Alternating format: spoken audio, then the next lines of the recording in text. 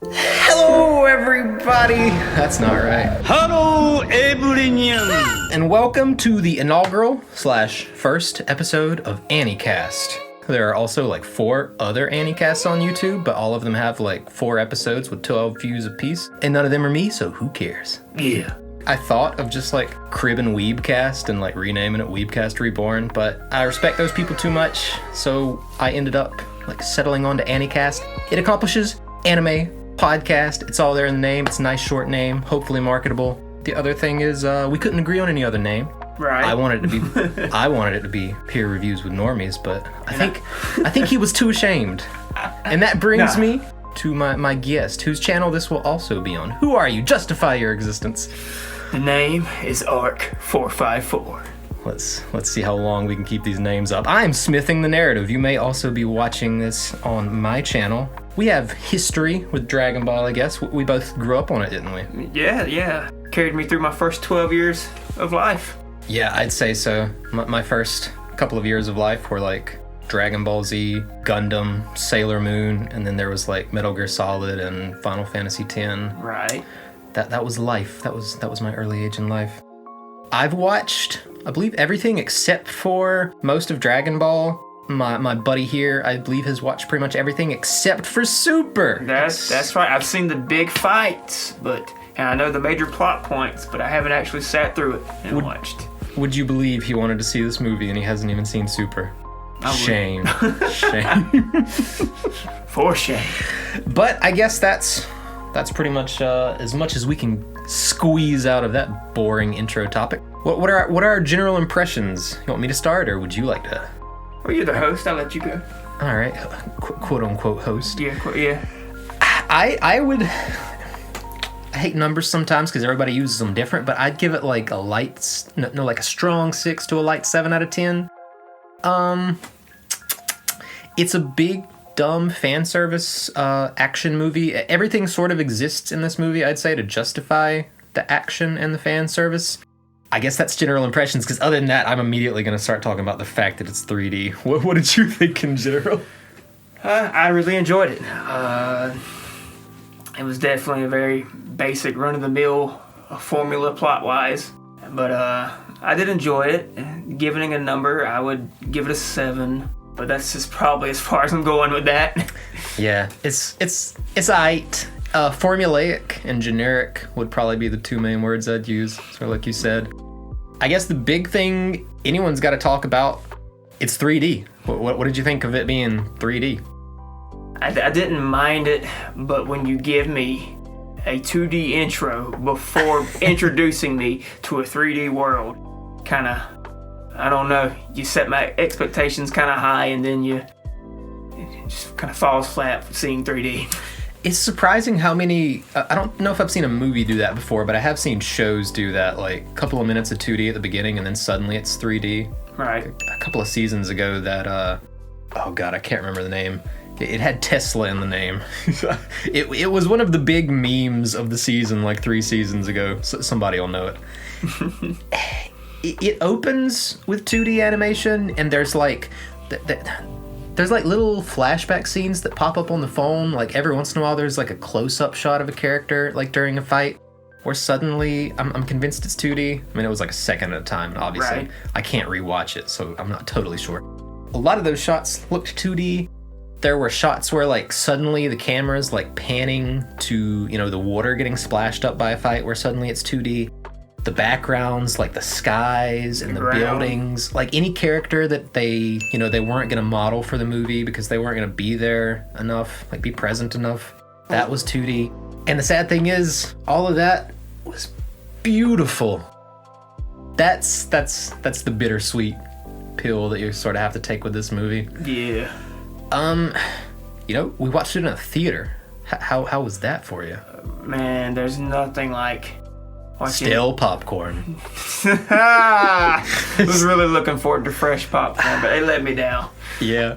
But no, there's nothing like seeing an anime movie in theaters, man. It gives me this nostalgic feeling of being a child again, and I love that. It's funny. It is nostalgic, even though I don't think either of us watched any anime movies in theaters as a kid. It does bring back that energy. I'm gonna pronounce this wrong, but it's my moment to nerd out. There's a German word, I think it's pronounced like Sehnsucht or something like that. And it's like a longing for a place you've never been or a thing that you've never experienced. Right. Kind of apt, I guess. Mm-hmm. I think more anime stuff should just be movies in general. What do you think? I would love that. Yeah, even though this was sort of a middling experience, like just getting like the point A to point Z. I see what you did there. I didn't even mean to do that. But getting the point A to point Z, like in one sitting, like not having to worry about like getting hit with a stupid cliffhanger or like having to hang on a question that you had from, you know, the first episode or the third episode. Like you get what you came here for in one sitting. I think that elevates a lot of source material, especially if you can do like an arc that really fits into a movie. With that said, the arc of this movie, it's very beat for beat shonen. Oh yeah, definitely. I mean, like, this is sort of a generic way to describe it, but a character, a character is sitting around, their current foe shows up, that they sort of beat them down. The other person either gets away or gets a new power up or shows up with someone else, and then the other person like brings out another person or gets another power up, and you know, so on and so forth. Yep. It's shonen formula, and the story, I'd say, is not very important. Like I said, it's sort of the excuse for the fights, the excuse for the big set pieces. Speaking of set pieces, the dude who directed this, let me see, I've got his name written down, Tetsuro Kodama. I believe he had done like 7 or 8 shows that I've seen on my anime list. He's done almost nothing. It was like 2 or 3 movies, like 2 or 3 TV shows, and 2 or 3 like OVAs, most of which don't even have a score on my anime list. The other ones of which had, I think, like between 5s and like mid 6s or something like that. He hasn't done a whole lot, and everything he has done is really obscure, and now he's directing a Dragon Ball Super movie. It's kind of crazy. Yeah, it is kind of crazy. Kind of giving the reins to a major franchise, to a, would you say, unproven? Yeah, one might say he was green, as the movie said about Piccolo a lot during such apt moments. Great joke. I thought the directing was actually pretty good. I was afraid, and a director is essentially, you know, the cameraman. In a lot of ways, I'd say oversimplification once again, but he's the dude who's like bossing the cameraman around in a Hollywood movie. There were scenes that were static. There were scenes with very dynamic camera angles. I felt each one of those was almost always really good for showing us what we needed to see. You said the fight choreography was good. Yeah. And the only one detraction I'd say there, the one like camera placement that I thought was weird, there was a certain fight scene, the final fight scene, which we won't mention just yet, where there were 2 very large enemies, two very big boys going. Thick boys. 2 very thick boys going at it, and the camera was doing that thing where it would be like a close-up of one character for like a second, and then a close-up of the other character for like a second. And I'm not gonna lie, for about 10 seconds there, I was like, I don't know what the hell is going on. I have no idea. Like, I couldn't track. I knew that people were hitting each other, and they were big people, and they were hitting each other hard. But once again, that's probably the only thing direction-wise I can think of that really, sort of broke the experience momentarily for me. Right. I loved the set pieces. Oh man. There was one that we both really liked, where suddenly characters were like, they were sliding off the edge. Yeah, they were it's almost like a set stage from a fighter game like Tekken or Mortal Kombat. They were facing off on a falling cliffside. It was really cool.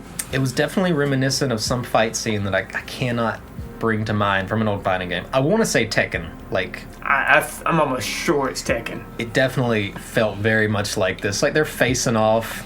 they're falling down. Yeah, it felt sort of Uncharted, I guess, in another sense, because you could tell, like, it's just gonna keep falling, like, as long as it needs to for them to have their little confrontation. Right. But it was fun. It was fun. It really got me in the zone, man. I was really, Yeah. it really sucked me into the fight. Another thing we mentioned as far as like fighting choreography and really sucking us into the fight, there was a little off-world fight, and I don't think this is a spoiler. Like, Nah, it's literally in the trailer. yeah, Goku and Vegeta are off training with Whis and all them, and Whis has them brawl with each other. No transformations, no ki blasts, no Kamehameha, no Final Flash, none of that stuff. They were just, they were able to fly, they were able to grapple, they were able to punch, they were able to kick. Yeah, just good old hand-to-hand combat. Kind of reminiscent of OG Dragon Ball. Yeah, and I feel like the restrictions that were placed on there really made the fight more interesting in a lot of ways. It wasn't just characters, throwing ki blasts back and forth at each other. I think those restrictions often make for really interesting fights. Maybe this one's definitely a better fight, but the energy it had kind of maybe reminded me of that fight between Eren and Reiner in, I think, season 2 of Attack on Titan, where they're suddenly like they're MMA grappling each other. Right. Maybe not choreographed quite as well as that, but it sort of took me back there. It was really cool to see them scale it back, show us a sort of grounded fight. And that fight had some of the best shots, like the close-ups during that fight were really nice, really beautiful. Like I said, shots of the background on old Beerus's home planet, the shots of the water moving, super beautiful. All like 2D, even though the fight was totally 3D. Right. This movie had a lot of hype around it. Would you say that? I mean, you said... Yeah, I'm not gonna lie, I was hyped up to see it. I was trying to keep him, grounded before the run up to it. I don't know. I've been really big time disappointed lately on a lot of like sequels and such to old school video games and the like drawn out projects. Mm-hmm. A lot of shonen have either been continued in another form or brought back to life. Like I know you haven't watched like a lot of Super, but do you like that almost everything is being brought back, or do you feel, as some would say, they're almost like zombified forms of what they once were? A little mixed on it. A little mixed on it. Like, if it's done well, I'm all for it, I guess. Right. I'd say with Super itself, I know you haven't seen it, but it's the run up to this. There are elements that I really like, even some subtextual stuff. I think for Super, I was saying this earlier, some of the power scalers have pointed out like little stuff about how near the end of Super, Vegeta starts to stand side by side with Goku, and it's right around the moment where he finally decides he's willing to learn from other people, willing to spar and not just train by himself. Right. There's cool stuff there, but it does feel much like this movie. Like, there's really no stakes to it. That's how it felt, at least. Oh, definitely felt like that. Yeah, definitely felt like there would be no ramifications of anything. This movie is, however, canon, and apparently like a 4-year flash forward. Yeah. We can stop for a second, if you need to reply. Oh, no. It's very, the movie itself was lighthearted. Yeah, much like Super. The tone has changed very much since Z and GT, just in general. And that definitely comes through in this movie. Oh yeah, this is kind of an obvious one. This is not the only shonen movie that has come to theaters recently. You saw Jujutsu Kaisen Zero with me. You didn't see Demon Slayer Mugen Train in theaters, but I did not experience it in theaters, but I have seen it. So you've seen it like in movie form or as the TV series? Movie form. Movie form. Dope. So, you have any feelings like on comparing the three? I'd say this is the weakest one. Honestly. Yeah, definitely. It's the weakest one. Still enjoyable, but definitely the weakest. I honestly think the strongest would be Jujutsu Kaisen 0. I loved it. I loved it too. I do feel ironically there were some things that it was weaker on. There were fights that I felt like we were gonna get like the satisfying punch moment for like later in the movie, and then they kind of just got dropped. Artistically, I think is the most obvious comparison. Mugen Train is, I mean, it's freaking UFO table. It's beautiful. It is beautiful. It's like beautiful frame for frame. It's beautifully animated. There's a little bit of 3D in there, but none of it's really bothersome. It's usually stuff where I can understand why they made it 3D, like the way a hand moves around a sword as it grips it, like in immaculate detail. In Jujutsu Kaisen, I felt there was less like graphical fidelity, less like we're gonna render all the shadows of a scene, and more like kinetic movement. There were lots of like flat backgrounds that had a feel they were a 3D environment, even though it was just like little cubes that were animated flying around on the screen as a character, shattered the ground underneath. Right. That sort of thing. But I guess ultimately that just comes back to the fact that this is a 3D movie. 3D has come a long way, though. I gotta say, this is a lot better than a lot of primarily 3D stuff I've seen. Yeah, it's really nice 3D. I just would much prefer 2D. Yeah, like you said before, I hope they don't do it again. I think they probably will, because it seems like it's, at least from the ratings, it seems pretty darn successful. Currently a 93, but let's see, it's 8/19 right now. It's Friday. It's not pre-screening day, but it is first day. Yeah. It's got like a 93 on Rotten Tomatoes. Yeah, with the critics and the audience matching at 93 so far. And on my anime list, if I can find my phone, Superhero currently, it's down to a 7.43 on my anime list. I'm pretty sure yesterday it was like an 8 point something. So people are perhaps starting to wane on it a bit, at least maybe Western audiences. Who knows what Japan thinks of it currently. I haven't done any research. Me either. We watched it dubbed. Yes. How did you feel about the dubbing? I loved it. It was pretty much the same English voice acting. Yeah, lots of classic voices. As Z and Super.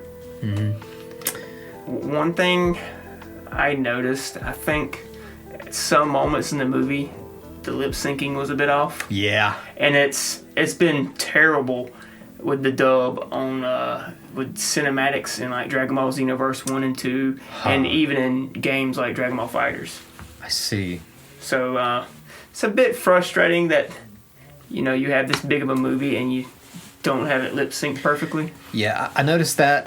I think the first time I noticed it was maybe 20 minutes in when Piccolo ran into Gohan. Oh yeah, it was very noticeable. Yeah, very noticeable during that scene. Pan was one of the few people. I don't think Pan had the same voice actress, did she? I'm not totally sure. It's been so long since I've heard Pan's voice. Good point. I mean, since GT probably.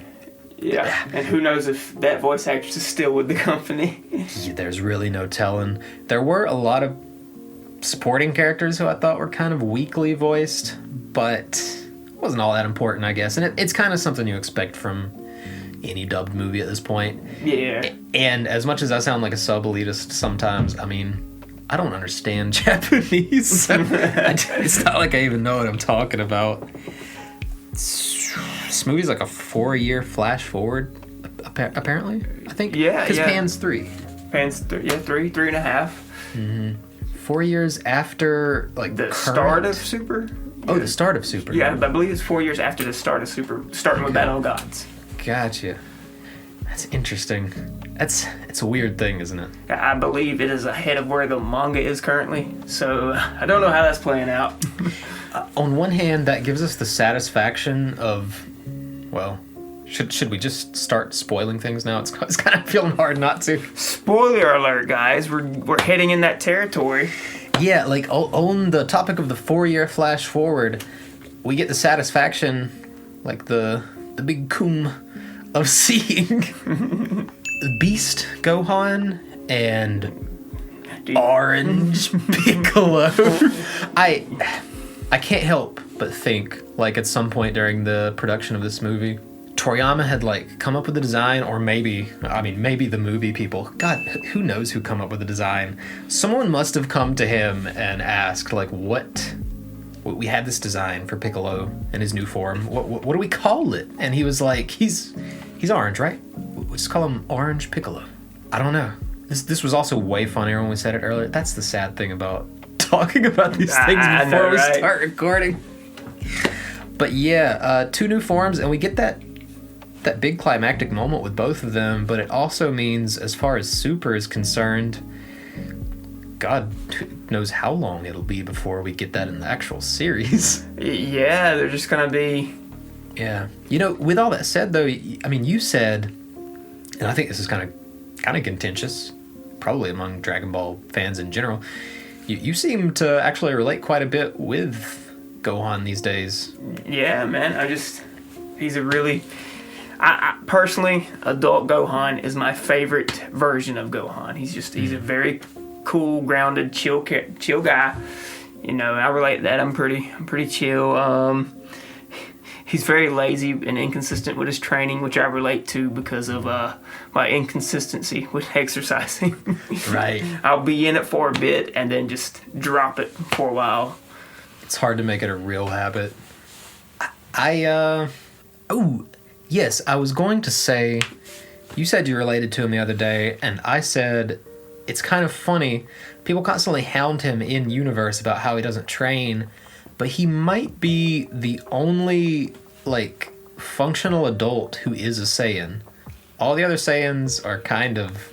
I mean, Goku's probably the worst example. Oh, man. Have you heard... Have you heard any of the ramifications of things he said in Super, like, about Chi-Chi? No. Apparently, hopefully I'm remembering this correctly. I'm certain Goku said during Super that he didn't know what a kiss was. Vegeta asked him this, and Vegeta was as baffled as I was, because apparently Goku has never kissed Chi-Chi, even though they have a couple of children now. How does that work? Don't ask me. The point is, Goku's a terrible father, a terrible husband. I think, Piccolo's stepdad game is on 100. Yeah, that's true. Which is ever present in this movie. But I mean, that's kind of, I guess, the character tropes that we're on now. Right. What else? What else was there? This is probably one we should have answered earlier. God, and we could always put this like at the beginning section. The question of who this film is for. This is definitely... This film is 100% fan service, especially for Gohan and Piccolo fans. This is the power boost you've been waiting for to make these two characters relevant again in universe. And apparently there are like a lot of I don't know anything about these because I'm not deep lore man. I'm not a lore fag, as some people say. But apparently there are references to old actual Dragon Ball lore. This whole Red Ribbon Army is Big Pharma, apparently. I mean, that's something that comes up in the very beginning. Apparently this is old school Dragon Ball lore, according to people on YouTube. I have no idea. But that does sort of tell me they're pulling on stuff. They're pulling on stuff from the past, and yet, funny enough, this isn't going back into the other section, because this is leading me into another thing that's kind of funny. Even though they're pulling on this old Red Ribbon stuff, and, like, we've done the Frieza thing, now we're bringing back Cell. Right. There's also a lot of moments where characters do things that they haven't done in a million years, and they just say they forgot about it. Which means Toriyama forgot about it, as far as I understood it. The answer to every question you might have about this movie is either Toriyama forgot or because Toriyama said so. Exactly. I mean, moments momentary examples might be Piccolo remembering that he can get big. Yeah, giant Namekian form. Just forgot all about it. A sudden explanation that Saiyans, like, stay small for many years and then suddenly shoot up in reference to Goten and Trunks actually looking their age. Yeah, I don't. It's not like any of this stuff really matters, and it does remind me of the fact that a lot of people say Toriyama doesn't care at this point. Toriyama is sort of creating a project, well, not a project, but a product more than anything at this point, iterating on his own concepts. I do think he brings a lot of fresh ideas, like constantly as the series has went, in pretty much every iteration. Even if I think Super is the weakest version of that. Here's a good one. What you got? Hopefully, because I don't even know what my answer is to this question. I'm not totally sure yet. What was your favorite scene? Favorite scene? Still sipping on C4 over here, even though it's 8:30 p.m. It's all right, we're in spoiler territory already, so it might be Gamma 2 Sacrifice. That was pretty epic. That actually really took me off guard. I couldn't believe a character died in Dragon Ball. Right. That does bring me to one other thing. And stayed dead. Let me add that in. Yeah, it faded away. No flash forward to them like reviving him with the Dragon Balls. Nothing like that. Dead. It was a valiant sacrifice, and I definitely didn't expect anyone to die. So I was shocked by that. Yeah, the whole lighthearted tone throughout this entire movie, I was pleasantly surprised. Right. The spoilers do kind of remind me. I don't know if it's necessary to give a synopsis. Hopefully you've watched the movie if you're at this point, but I guess we could quickly say some dude in a purple suit who used to work for the Red Ribbon Army, his name was Magenta. He's the grandson of either the grandson or the son of the founder of Red Ribbon. Right. They say Colonel Red or something. Our facts are probably all wrong. Yeah. Like I said, I mean, the sad thing about the movie experience and reviewing it, we can't go back and check these things unless we look up spoiler articles or whatever. Basically, that dude was Jiro's dead, and all the androids got killed, and the other androids went over to these other people. But there's this one dude, this young kid, Prodigy, who was supposedly even better than Jiro, even smarter. Jiro's grandson. Yeah, so they go and pick up that dude, and they supposedly convince him that the Z Fighters are actually evil villains in cahoots with aliens. And they all work for Capsule Corp. Yes, they all work for Bulma at Capsule Corp. So Magenta convinces Hedo, the young Prodigy, to build 2 new androids, Gamma 1 and Gamma 2, as well as a new form of Cell called Cell Max, who is just big dumb Cell ultimately. But anyways. Meshed, with all 3 of his forms meshed together. Yeah.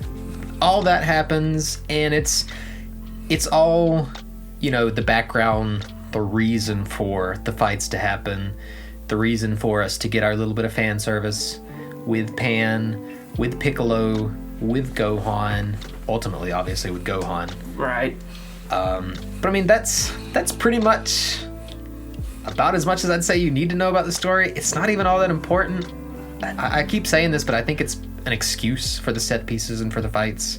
There was also fan service. Not a whole lot of it, but there was one scene that was almost my dress-up darling level, camera on the butt of Bulma as she's leaning over looking for something. And one of the funniest moments in the movie, the moment where this one chick, Chili, from the Frieza Force, her and this other dude, whose name I cannot remember, have been taken in and are living on Beerus's planet, working for them. She's trying to steal some valuables from their place, and she's walking by, sneaking by. Beerus has just woken up and is bored of everything. He is not having anybody's shit right now. And then suddenly, Chili is turning around to try to hide the fact that she's carrying this knapsack of valuables out of his house. And you see her gargantuan, just thick, even though she's totally tiny, 4 feet tall maybe. And then, like, one of the best directing moments of the show, in my opinion, like, we go from that shot of her turning around directly to the cold, dead eyes of Beerus, which are then, like, filled by the form of Chili. It was hilarious because I got the joke without them saying anything. I knew immediately, oh my god, Beerus has the hots for this short green girl who just showed up out of nowhere. And it's stealing his shit. Yeah. God, it was just, it's always impressive to me to see something pulled off totally visually. They do, like, almost immediately explain the joke afterwards. Like, Whis explains that this is Beerus's type. But I got the joke long before any of that was explained. Right. It was a good joke. Yeah. I mean, kudos to just the filmmaking of that moment for communicating so much to me visually alone. Speaking of humor in general, I thought a lot of it fell flat. There were moments where you laughed and I didn't laugh, moments where I laughed where you didn't laugh. Right. A lot of it was, shonen humor. If you like it or not. If you've watched a lot of shonens, I think you'll typically agree with me that most of them kind of just do the same jokes over and over again. There were a lot of those same jokes over and over again, and then there were moments like that, which just made me bust out laughing. I think another one of my humorous spots was when the henchman along with Piccolo went to Gohan's house to inform him they had kidnapped Pan. And old dude just whips out a gun on Gohan. Oh yeah. Didn't he also pull out a gun on Pan? Am I misremembering? No. He was going to pull out handcuffs, but he didn't even get the chance because she just decks him and knocks him out. Yeah, she immediately knocks him out. That brought me back to... We've already jumped from subject to subject. This has nothing to do with favorite scenes, but we're going back to voice. We're going back to voices because this dude and the commander, the short commander dude, they both had these hillbilly draws. Right. Right. Just very generic. Yeah. Voice acting. It's one of those things where it's kind of bad voice acting in a sense, but it's classic Dragon Ball, like, farmer. And it just works. It just works. It's just funny. It is some of the funniest, like, generic comedy in the movie. I guess the only other thing, since I brought up the favorite scenes earlier, we were, like, finally naturally riffing, and now it's formulaic again, just like the movie. My favorite scene is probably still that freaking rain scene from, it's like the second trailer, I think. It's just... Oh, you mean when he does the superhero landing, Gohan? Yeah, when Gohan shows up in the rain and it goes like slow-mo rain falling around him for a second before he decides to power up and blah, blah, blah. Definitely a great shot. Yeah, just one of those moments where I'm totally cool with it being 3D because, like, the rain effects and the lighting and the rendering. One thing I noticed, I don't know if you noticed this, even though it was 3D and it was obviously cel-shaded, there was also, like, a little bit of this just rough texture sort of baked into, like, character skin and stuff. Yeah, you could tell they had added a little bit of that. I wouldn't call it, like, film grain because it looked very intentional, like, where it was placed. There were, like, rough spots on people's faces. Not like Final Fantasy 15 face close up, like, not like, oh my god, I can see their pore, but there was texture to it, and I always like seeing texture in animation because a lot of it's like super flat. So that was pretty cool. Just another little thing that I picked up on that I liked. I think if I had one more favorite scene, it's when Piccolo is falling after he's defeated for the second time against Gamma 2, and he has his he activates his new transformation, the Orange Piccolo, or as I like to call, Dragon God Piccolo. You called him Dragon God King, something like that earlier. I mean, come on, Toriyama. That reminds me of another thing that I will say. I keep saying this movie is like a big excuse for the fan service and everything. Right. And the action scenes and the set pieces and the big climactic moments. But there's a sad disappointment in how some of those things are executed, in my opinion. The moment where he went Orange Piccolo and I think we both immediately knew that the fight was just over. Like, he transforms. Yeah, there's no equal footing throughout that entire fight. It's just one completely has the upper hand over the other. Which I would almost say for the entire movie. Would you agree? Do you remember any point where there was... Just Gohan and Gamma 1 going at it. They seem to be, for the most part, pretty balanced. Right. The Goku and Vegeta fight as well. There were just so many moments where, like, we got that climactic moment, and with Orange Piccolo, like, Gamma walks up to him, like, super speed, punches him. It ain't doing nothing. Nothing at all. Piccolo hits him with the haymaker. Knocked him out with one shot. Same thing with Gohan. Like, I'm so conflicted on these moments because it was so epic when he transformed. It was beautiful. His aura was like a million different beautiful colors. He had the original, like his new form. He had the old school Super Saiyan 2 hair, but bigger. Yeah. I loved it. The hair with the one little spike like drooping off. Yeah, the spike bang. Yeah, drooping off to the side. But once again, like, he transforms and he just totally outclasses his opponent. It just raffle stomps. Big dumb Cell. Big dumb Cell. Big dumb Cell. There's another thing. I feel like this is slowly going to turn into me just complaining because it's the only thing I know what to talk about. I mean, I don't mind the whole kaiju-sized Cell, but I wish there would have been at least a more human-sized fight leading up to the whole kaiju fight. Yeah, there was no humanoid fight with him. There was also no dialogue from Cell. No intelligence. No intelligence to be found. Just a mad monster. Just a big dumb Cell. Big dumb Cell. That's might as well be who he is. I don't know how much of this we will leave in, but I've got all these little topics that I'm sort of slowly crossing off outside of the moments where we're riffing. I know. What did you think of the two new androids, the two new transformations, and Cell Max? Which I guess we kind of covered our feelings on Cell Max. Yeah, the two new androids, Gamma 1 and Gamma 2. I loved Gamma 2. I enjoyed Gamma 1. I really loved Gamma 2. They had a lot of those cool moments where you got, like, not that there wasn't obvious characterization throughout, but they were, like, just in the background doing, like, interesting and funny stuff that really showed you who they were.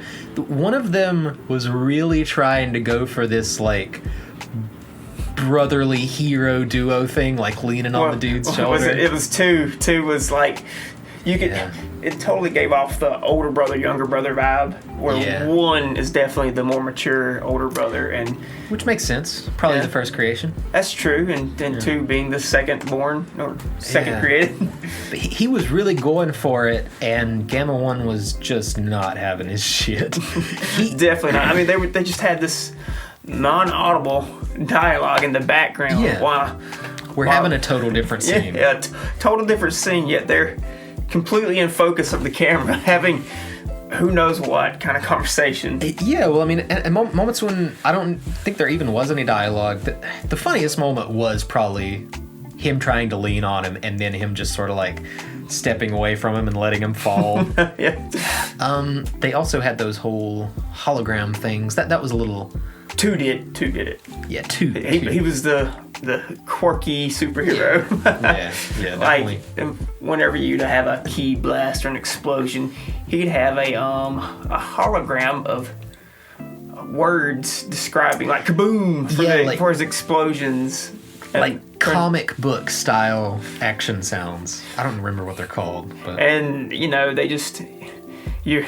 Piccolo actually got distracted by them. He's like, why can I see the words on your explosions? What's up with that? And they explain it like a few minutes later without any dialogue. It just shows that he's created the hologram. Yeah, once again, you see them doing this in the background.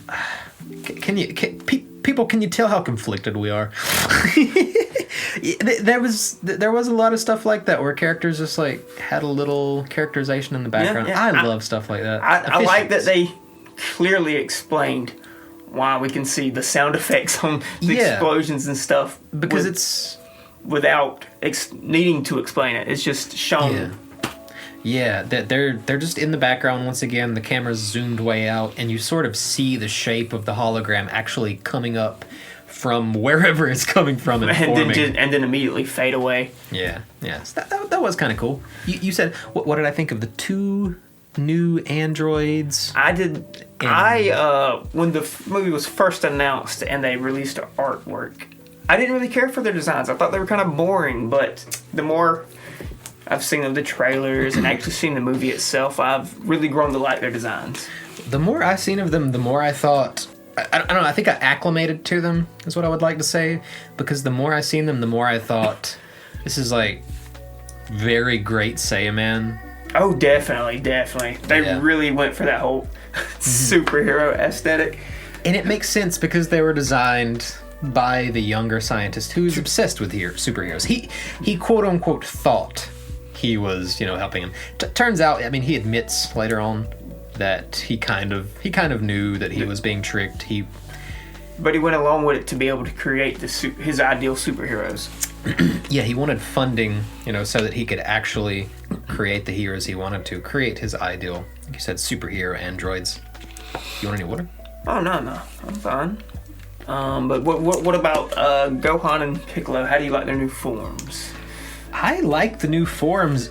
Piccolo, as I said in the theater, Piccolo's a big boy now. He's a big Arnold.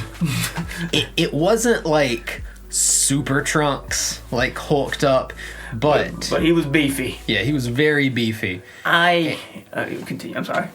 Oh, I was just gonna say that there was a lot of impact, I would say, like when you seen him attack someone. That haymaker, it looks strong. I don't know how else to really say it. Apparently there are Goku. I'm so used to Goku being the hero. Yeah.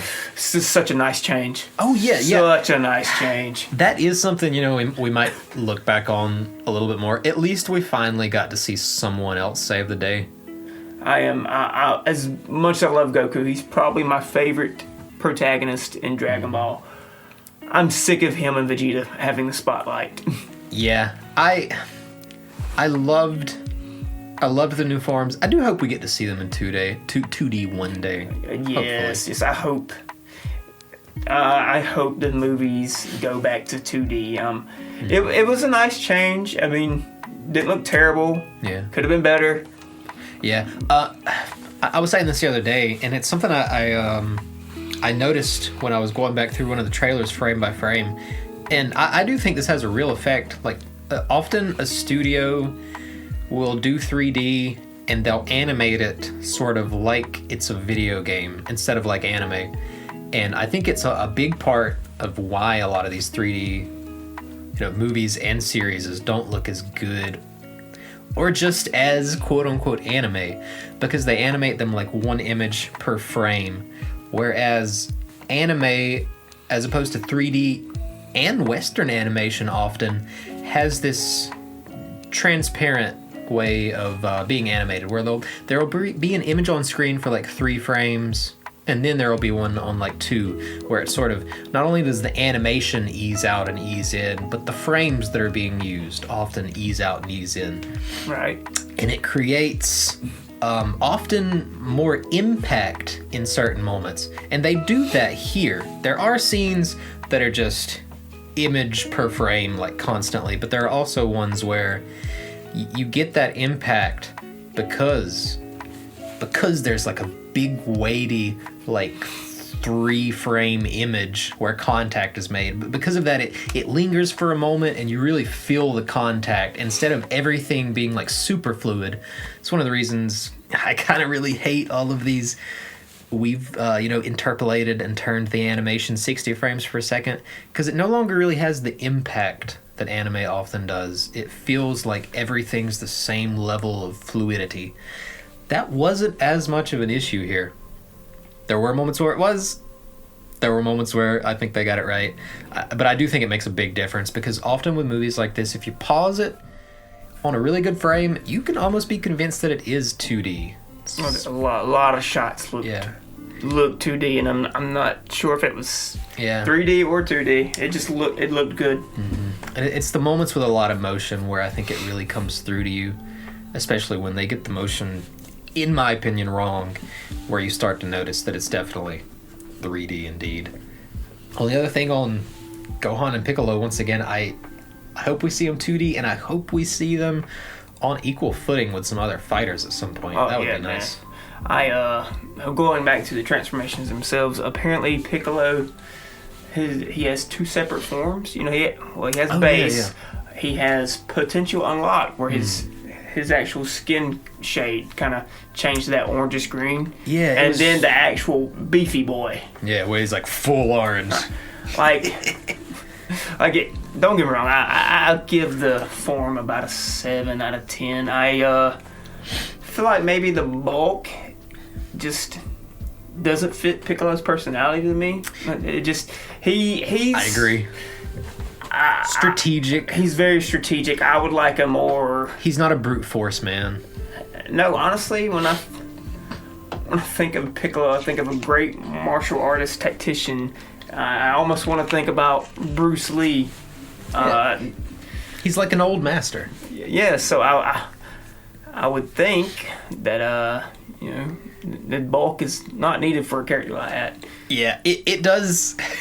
Don't get me wrong, I enjoyed it, but I don't know, who knows, maybe later down the road he'll master that form and be a little slimmed down. Yeah, I was going to say that may happen, and it may literally just mean that Toriyama forgot that he's already made the point that big beefy characters are often underpowered because of speed. Going back to the whole Super Saiyan 1.5 or Ultra Super Saiyan, it is actually stated by Goku in the hyperbolic time chamber that the bulk slows him. You get the power increase. But with the bulky muscles, you don't get a speed increase. Right. So you have the power, but you can't hit your opponent. Right. Although that's kind of thrown out the window with Broly. I mean, it's...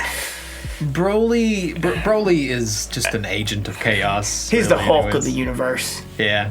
He has the bulk and the speed. That is... One thing I totally forgot about, we didn't get a whole lot of Broly. You said he was voiced by Johnny Young Bosch, right? Yeah, Ichigo. And he had 7 lines in the movie. If that, most of them are Yeah. Just occasionally a line where he's like, yeah, I guess I agree, Mr. Weiss, I guess you're right. Maybe I need to learn from people. Not much from Broly. They kind of led on with the trailers. There was going to be a little more Broly, but with Gohan, I really like the design. Yeah, I like the new design. The whole white hair thing does feel a lot like, because we've seen it in so many fan arts. Super Saiyan 5. Remember that whole era of fan fiction going on? And the aura had it was the aura was beautiful. It was white and purple and blue and red and probably other colors. He had red lightning, and I believe he stated that changed colors too. I think so. It was pretty cool. I liked it. Yeah. I like the OG Super Saiyan 2 hair, but bigger. Yeah, nothing really beats Super Saiyan 2 with the blue lightning around the yellow aura. With that being said, man, I was really disappointed that Gohan did not use his Super Saiyan 2. He just jumped from base to Super Saiyan to Mystic. And I feel like I wanted to see Super Saiyan 2. It's the best. It's Gohan's thing. They made such a big deal about Super Saiyan 2. And it's once Goku showed 3, it's just 2 just doesn't matter. And it's strange because this is supposed to be the Gohan fan service that's reminiscent of that moment, and we see nothing like that moment, unfortunately. Except at the very end, and he does what? He does one punch. He just levels Cell Max. He becomes One Punch Man. Yeah, he becomes One Punch Man, and then just special beam cannons him I loved the special beam cannon. Oh, it was amazing. I was literally about to say that. That was when he, instead of, this was actually kind of clever.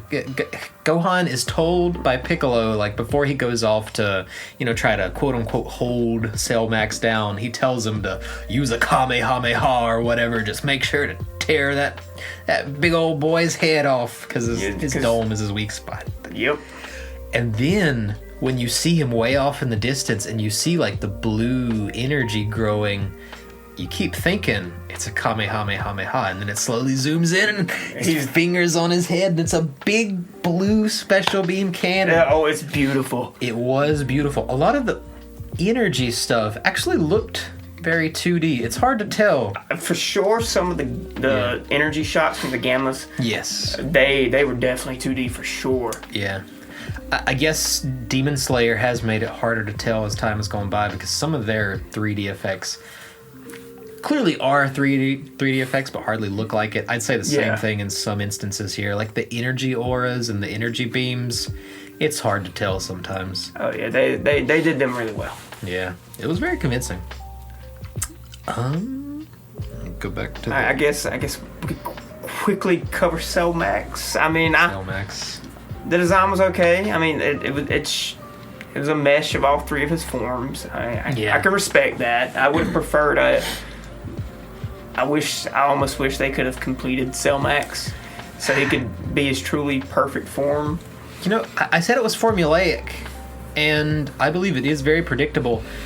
But I will say, I kept thinking at some point he was going to try to absorb the Gammas and try to become even more powerful, at some moment. I kind of already had it spoiled. No. Well, I did have the new form spoiled. Right. I had a good bit of this spoiled, but I went in and enjoying it nonetheless. But I felt like there was a moment during the fight where maybe his tail was about to hit 18, and it kind of made me think of when he absorbed her. Oh yeah.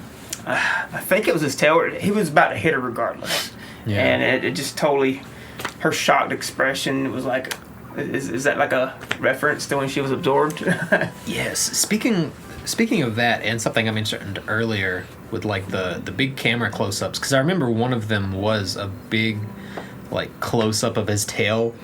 It looked really cool, much like much of the scenes.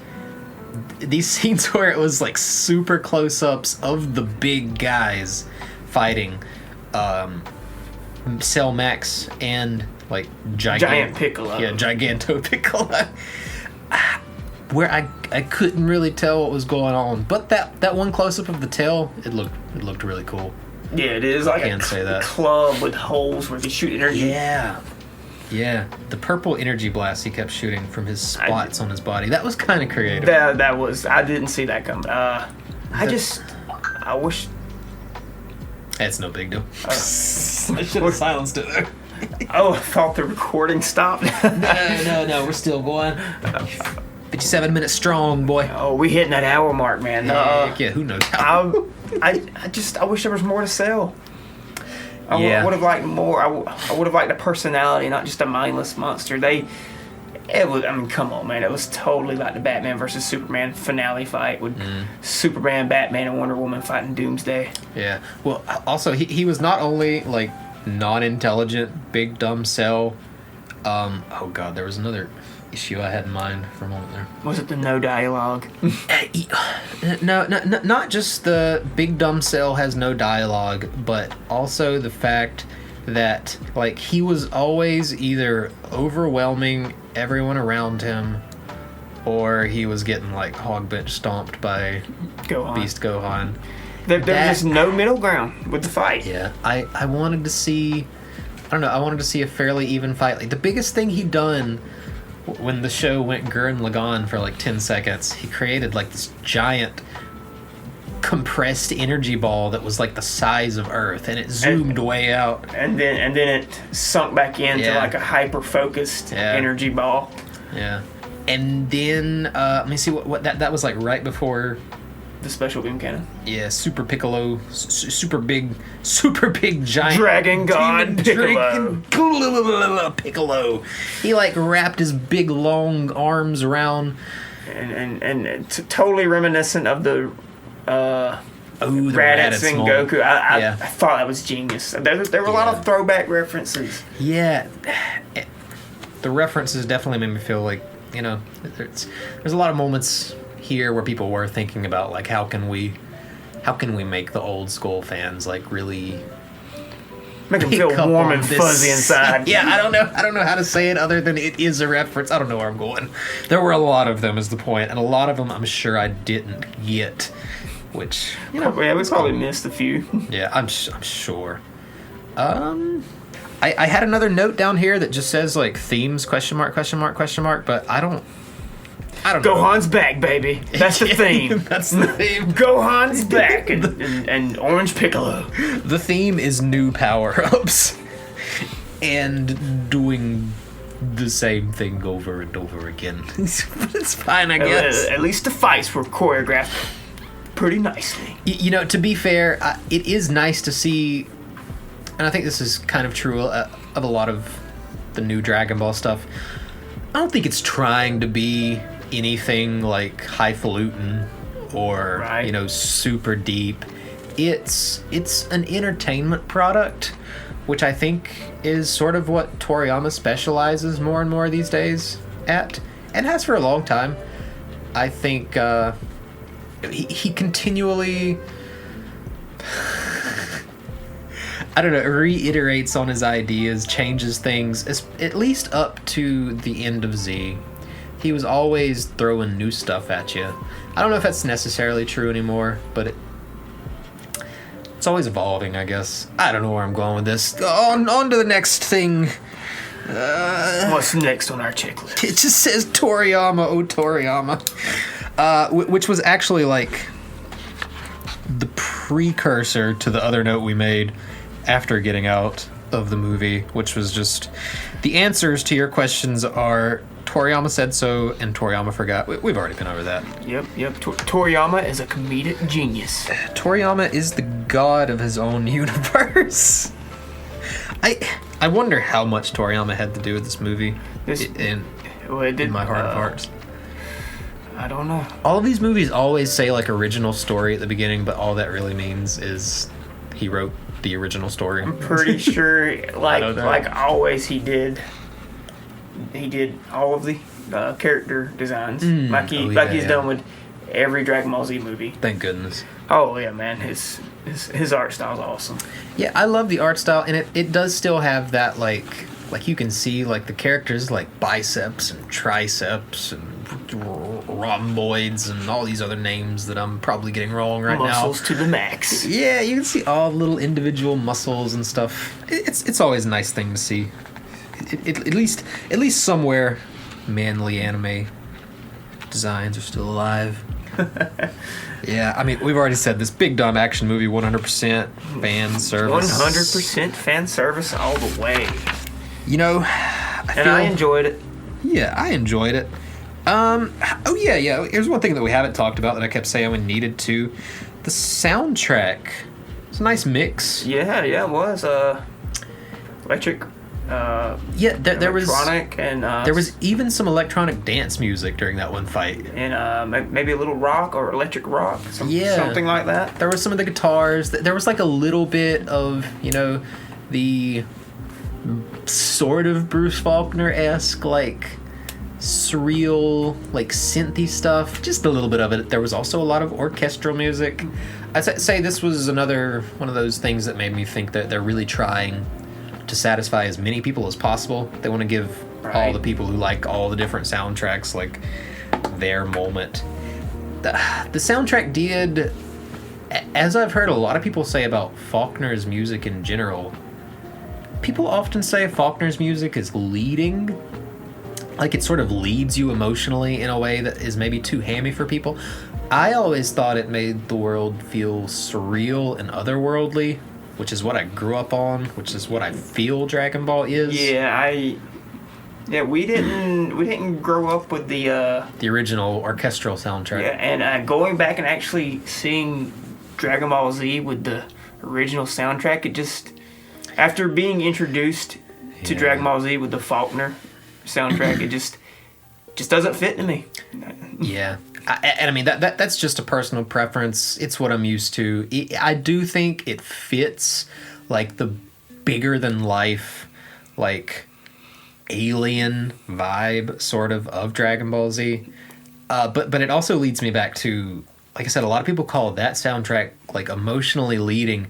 I did feel like a lot of this soundtrack was emotionally leading. Like, the moment the sad piano music started at the very end, it did feel really hammy. And at least it was like a big emotional gut punch of a moment when Gamma 2 died. Gamma 2 actually died. My boy 2. But up until that moment, I was just like, oh my god, the big sad piano, the rain, the dark skies. Oh, it's so sad, so very sad, so obvious. We said earlier, it was definitely a movie where you could see the gears turning.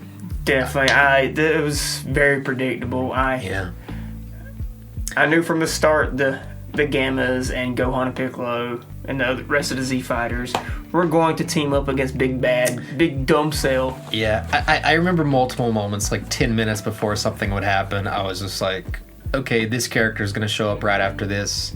Okay, you know, like, at least 5 or 10 minutes before Cell got out, I was like, okay, you know, they sort of mentioned earlier the chances of Cell, like, breaking out too early and going out of control.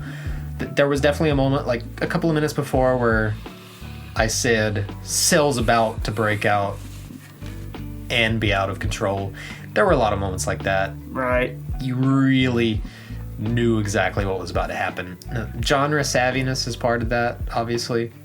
But I haven't seen every shonen in the world. I shouldn't always know what's about to happen. Yeah, I mean, from the get-go, we knew Dr. Hito and Red Ribbon were going to be at odds by the end of the movie. It's just so obvious. Yeah. I don't know. I guess it's kind of all over the place. There were moments that I really liked. There were moments that were like minutes on minutes of slight boredom. I don't know if I'd ever revisit it. Would you ever rewatch this? I'd rewatch it, yeah. But the whole time I'm like, damn, if only this was 2D. yeah, that's a big one. What if the Blu-ray's 2D? we I would. I'd be mad because this movie in 2D in theaters would have driven this movie up a few points. I'm just being honest. Yeah, absolutely. 1 or 2 points at least, I'd say. It would have made me forgive a lot of the things that I found frustrating. Just a visual aesthetic change. Yeah. I mean, with that said, I think we've talked about the art, the soundtrack, characters, references, to old school Dragon Ball, the story in as far as it matters, the power-ups. Maybe this is hardly relevant to anything, but I was shocked that there was like 10 people in the theater. That wasn't true when we went and seen the Broly movie. Yeah. Now, we did go at a later time. We went at a pretty early time, like a 5 o'clock showing on release day. Yeah. I mean, kids are just getting out of school, around 2 or 3? Yeah, it was a Friday and not like a Saturday viewing. Yeah, I'm sure it'd be more packed tomorrow. But I really hope it does well, and they continue to release anime movies across the world in theaters. Yeah, I feel like there's not a whole lot left to say on the movie in general, but that aspect itself, just the movies in general, love. I know a couple of these I'm sure you haven't seen. Loved the Konosuba movie, would love to see more Konosuba movies. Loved the Made in Abyss movie, would love to see more Made in Abyss movies. Loved the Jujutsu Kaisen movie. If you've seen my Demon Slayer video, you know I'm not a huge fan of Demon Slayer. Loved the Demon Slayer movie. It was a good, satisfying, one sit down you got what you came here for kind of experience, which is when an anime movie is done well, what you get. And you don't really get that from a series in the same way. No, you get a lot of weight. A plot introduced at point A, and by the end of the movie, you're at point Z. That plot is finished. Yeah, I guess the one weakness there, I mean, a lot of people will say that there are arcs that wouldn't fit in a movie. There are arcs that really need to be like a 12 to 24 episode season, and perhaps there's less community engagement, maybe. But God, I can't help but think the more of these I see, even when I see one that I don't absolutely love, this is the optimal way to watch anime, in my opinion. Definitely. Yeah. Even if I wasn't in a theater, I would feel the same way. Just the movie format fits so many things, in my opinion, better. Hope to see more of them. We're getting an Overlord movie, by the way. Did you know this? No, I did not. Yeah, we're going totally off topic now. But I really need to watch Overlord. Yes.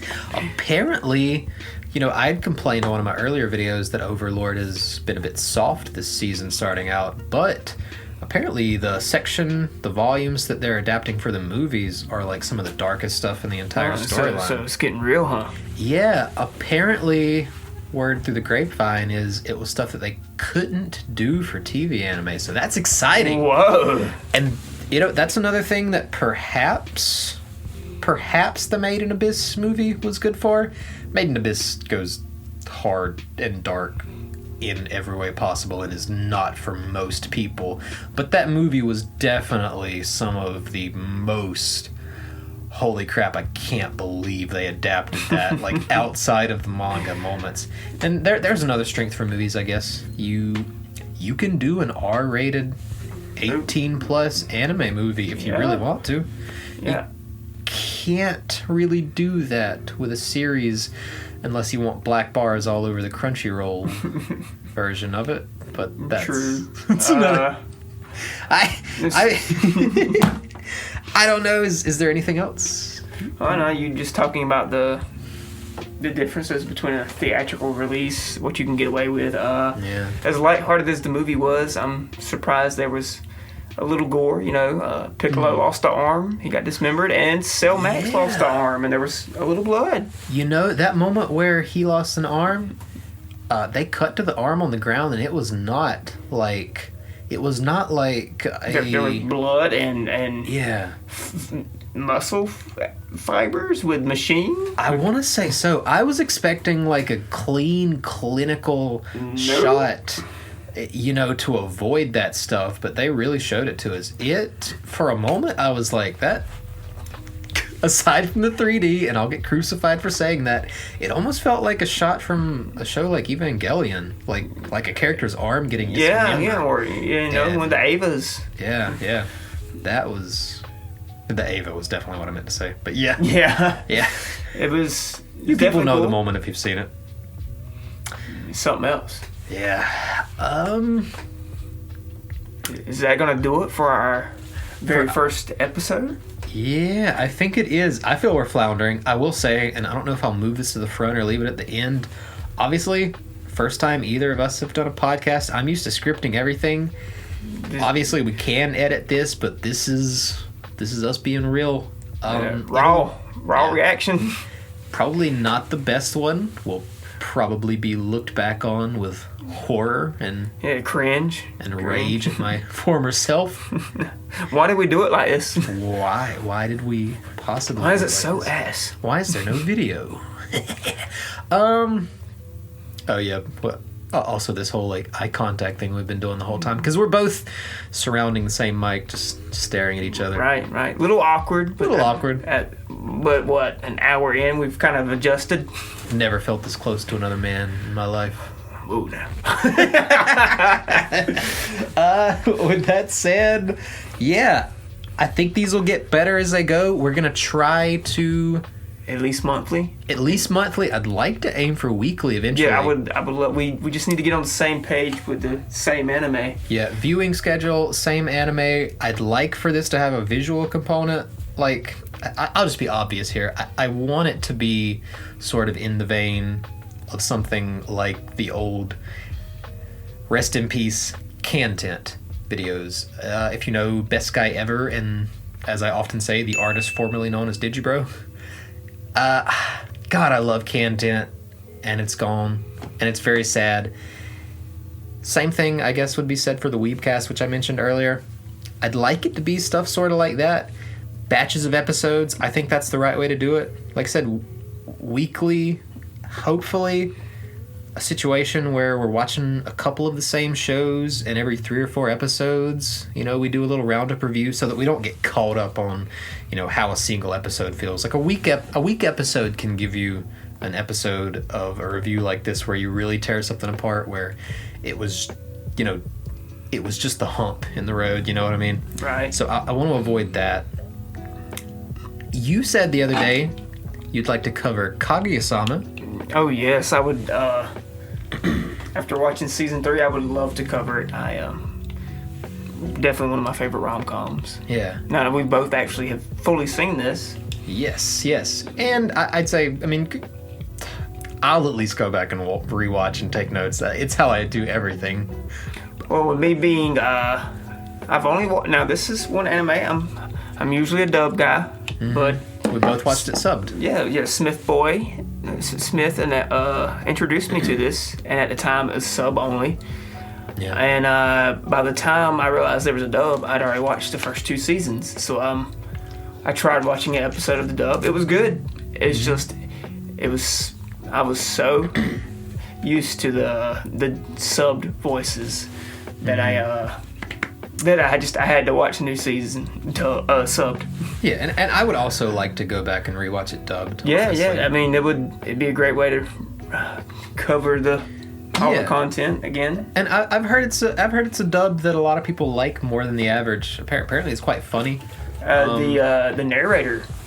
Oh yes, I've heard the narrator. I believe, if you remember the voice actor for 12 in Future Diary, I believe he is the narrator, the funny goofy guy with the mask. Oh yeah, Justice. Yeah, that guy. I believe it's him. I may be wrong. Point being, I guess the other show I would mention, Chainsaw Man. That's the other one I'd like to. If you think your girlfriend will let you? We'll see as it progresses. If I'm allowed. If you're allowed, yeah. The point being, really, this is probably the place where we'll cover the most mainstream stuff I'll cover on my channel, I would imagine. Right. Not that I don't cover mainstream stuff, but, I'm not aiming for, like, the top of the Mal list, as I probably would here often. Yeah. I guess... We can cover new, old. Yeah. If there's something you would like us to cover, let us know. We'll watch it. Heck yeah. Anything to get more practice at this so that we're no longer ass at podcasts. Yeah. Even if the show itself is ass, we'll watch it. Yeah, often that makes for more to talk about anyway. It really does. Just more fuel for the fire. Yes, and I think surprisingly, a lot of people enjoy just hearing people tear apart a show that they haven't even seen sometimes, especially if it's just like a seasonal event that people agree is kind of trash. Right. That can be a really fun community thing. And yeah, we could yammer on and on about all the reasons we're gonna do the stuff we're gonna do, but yeah, I think that's pretty much it. You got any final thoughts? Just a quick recap. Really enjoyed the movie. Definitely has its flaws, but definitely has pros. 7 out of 10 for me. Yeah. Big conflicted emotions. Definitely. Moment to moment. Yeah. We both said earlier, I think, well, you said 7. I think I said strong 6, light 7. There were moments that were great. There were moments that were... Why? Yeah. But I mean something. I don't know where I was going with that. I think it's fair to say we enjoyed it for the most part. Yeah. It wasn't trash.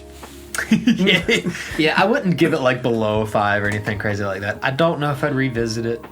But it was a fun little movie to watch. Fun little anime movie. Made 2 fan favorites relevant again.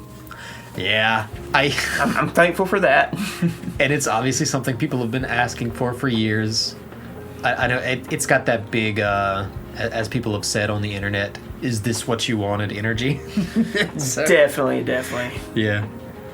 Are you not entertained? Are you not entertained? Yeah. Okay, we're quoting old memes now. I think this podcast is dead. It's dead. So, I guess we'll see you on the next one. Like I said, it'll probably be Kaguya-sama, maybe Chainsaw Man. Who knows? Who knows what happens between now and then? If you have any recommendations, drop them in the comments. Absolutely. Be sure to let us know what you think of this.